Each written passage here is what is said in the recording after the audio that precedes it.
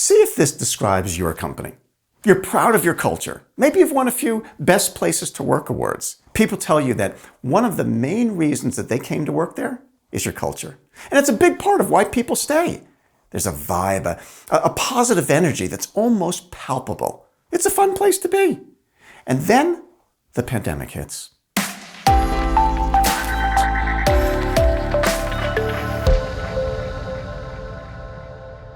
And all of a sudden, your people are all working remotely. At the beginning, you were doing weekly happy hours by Zoom and monthly town hall meetings. And you were so proud of your people. They all had this kind of can-do attitude. We can make it through this, you thought. But now, we've been doing this for more than a year. Candidly, it's getting tiring. How many more Zoom calls can we do? Some of our people are fried and they're stressed out from working in their living room, breaking up fights between their kids who still aren't fully back to school and constantly need help with their homework. That culture that we were so proud of, well, it's starting to fray around the edges some. So how do we get back in control of our culture and preserve, manage, and even grow it in this new remote work environment when our people aren't together every day? And certainly some level of remote work is likely to be permanent. Let me use this video to try to shed some light on that question, and I'll give you 4 specific things that you can do. Before I go there, though, let me describe a pattern that I've seen in most small companies as they grow.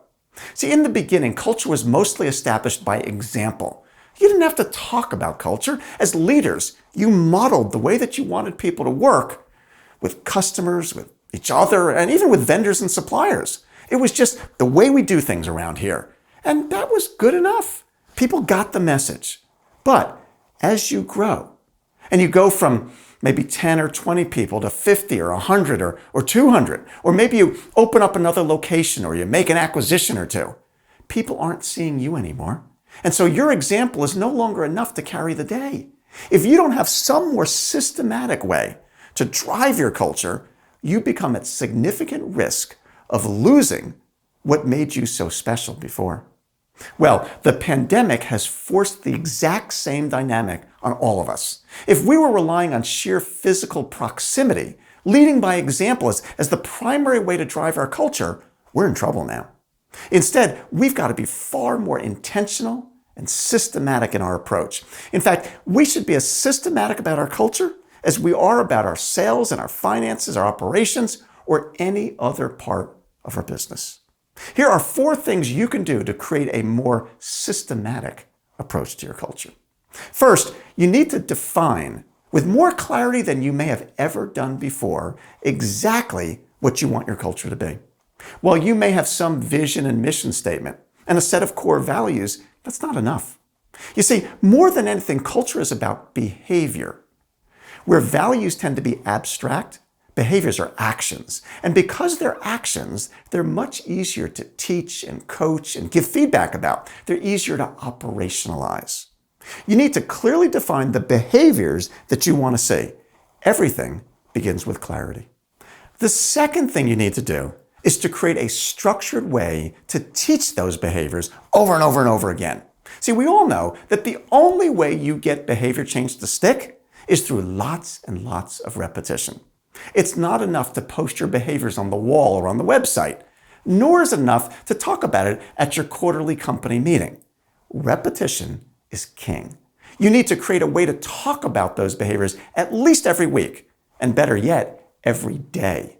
By the way, the best way to do that is to build it into a routine, like maybe talking about it at the beginning of every single meeting. The third thing you need to do is to build a curriculum around your behaviors so that your leaders, managers, and supervisors are all teaching the exact same thing.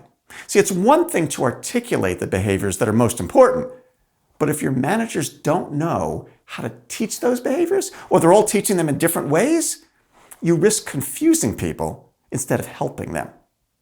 And the fourth thing you need to do is to make maximum use of technology. Thankfully, there are so many tools today that allow us to communicate with our teams pretty darn effectively, even when they're remote. Between Zoom, Microsoft Teams, Slack, Yammer, and a variety of mobile apps, there are lots of ways to engage your people and to teach your culture. The sooner you get your entire team embracing these tools, the more effective you're going to be at having people feel connected to your culture. So let's review those 4 things again. Number 1, define your culture in terms of clear behaviors. It all starts with clarity. Number 2, teach with repetition. You won't change behavior without it. Number 3, build a curriculum so that your leaders can teach with consistency. And number 4, use technology to connect people to your culture. Here's the bottom line. While the pandemic will eventually be behind us, the trend toward remote work is definitely here to stay. If your culture relied mostly on leadership by example and people being physically together, you're going to be at serious risk in this new world. Those who succeed are the ones who up their game on culture by becoming way more systematic. I think of it as building a culture operating system. In the new world of remote work, it's an absolute requirement for success.